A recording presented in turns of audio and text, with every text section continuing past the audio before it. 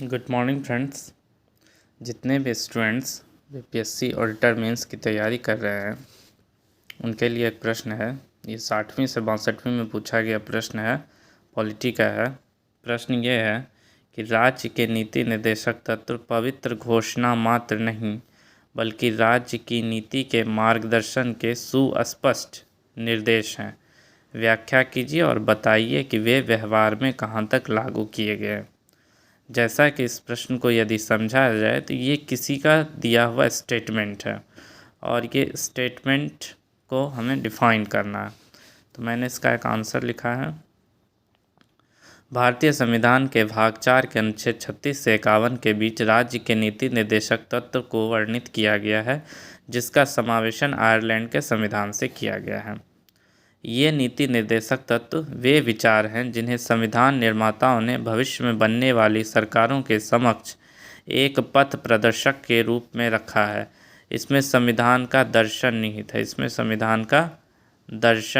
है।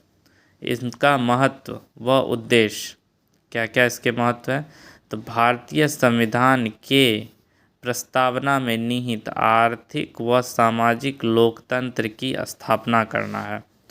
भारत सरकार के कल्याणकारी कार्यों का आधार अधिकांशतः योजनाएं इससे प्रेरित है। जब कभी न्यायपालिका के सम्मुख कोई संवैधानिक कठिनाई हुई, न्यायपालिका ने संविधान की प्रस्तावना तथा राज्य के नीति निर्देशक तत्वों को ध्यान में रखकर संविधान को समझने का प्रयास किया है। ये मैंने बुलेट फॉर्म में दिया हुआ है, ये 3 इसके। उसके बाद अगले इसके पेज में आते हैं। जब देश स्वतंत्र हुआ तब संविधान निर्माताओं का मत था कि वस्तुतः 2 प्रकार के मूल अधिकार होने चाहिए। पहले वे जो तत्काल प्रभाव से लागू हो सके तथा दूसरे प्रकार के मूल अधिकार तब लागू किए जाएं जब देश इतना सामर्थ्यवान हो जाए कि वह अपने नागरिकों को उन अधिकारों को सुलभ करा सके।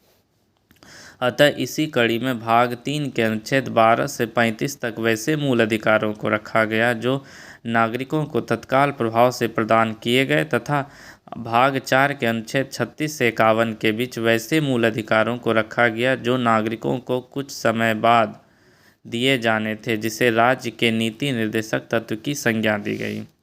अब इसका मैंने ब्रीफ दिया है कि क्या क्या है। तो अनुच्छेद 36 नीति निर्देशक तत्वों के संदर्भ में राज्य की परिभाषा। 37 इसे न्यायालय द्वारा लागू नहीं कराया जा सकता, यह राज्य सरकार की इच्छा पर है, अर्थात यह न्यायालय में प्रवर्तनीय यानी कि एनफोर्स नहीं है, यह वाद योग्य नहीं है।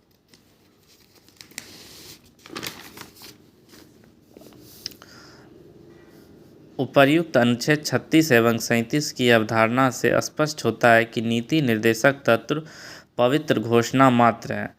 यह अवधारणा और मजबूत हो जाती है जब इसके संबंध में के.टी. शाह की टिप्पणी पढ़ी जाती है। के.टी. शाह ने क्या कहा था, ये मैंने बॉक्स बना के लिखा है। नीति निर्देशक तत्व उस चेक के समान है जिस पर भुगतान बैंक अपनी इच्छा अनुसार करती है। ये के.टी. शाह के शब्द हैं। लेकिन जैसे ही इसके अन्य अनुच्छेद 38 से 51 का अध्ययन किया जाता है तब यह परिलक्षित होता है कि यह पवित्र घोषणा मात्र नहीं बल्कि राज्य के नीति के मार्गदर्शन के सुस्पष्ट निर्देश हैं। अनुच्छेद 38 लोक कल्याण की अभिवृत्ति, अर्थात सरकार जनता के कल्याण के लिए कार्य करेगी, जैसे राशन कार्ड बनाना।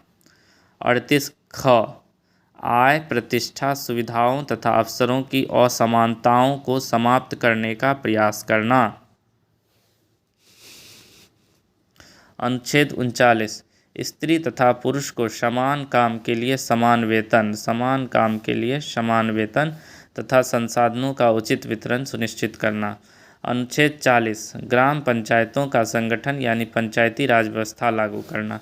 अनुच्छेद 41 कुछ दशाओं में सरकारी सहायता उपलब्ध कराना, जैसे वृद्धा पेंशन, विधवा पेंशन, दिव्यांग को ट्राईसाइकिल उपलब्ध कराना। अनुच्छेद 42 कार्य की न्याय संगत और मनोचित दशाओं को सुनिश्चित करना तथा प्रसूति सहायता के लिए उपबंध करना। अनुच्छेद 43 राज्य के सभी कामगारों के लिए निर्वाह योग्य मजदूरी सुनिश्चित करना।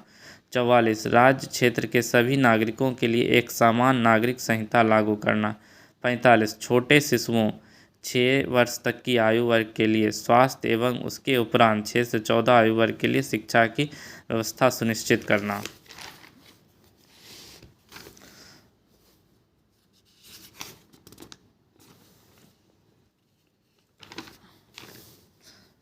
अनुच्छेद 46 कमजोर वर्गों के लिए विशेष सुविधा यथा SC ST OBC के लिए आरक्षण।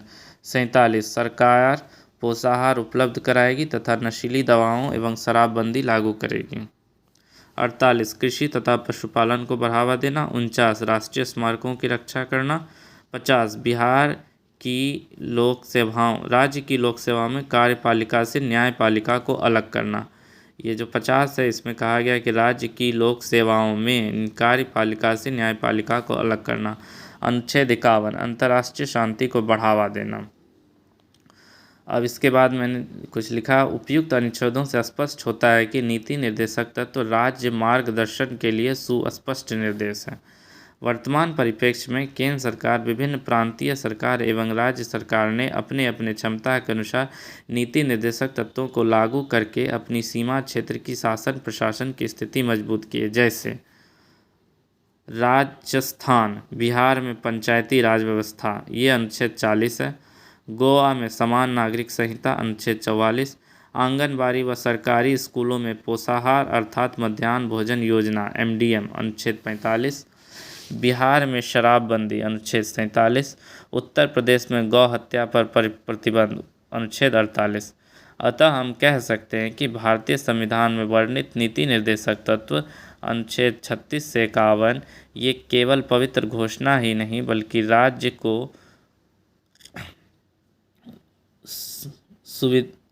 को संबल प्रदान करने की नीति है जो व्यवहारिक रूप से अपने लक्ष्यों के प्राप्ति के अंतिम स्वरूप में है। तो इस तरह मैंने अपना आंसर को कंप्लीट किया है।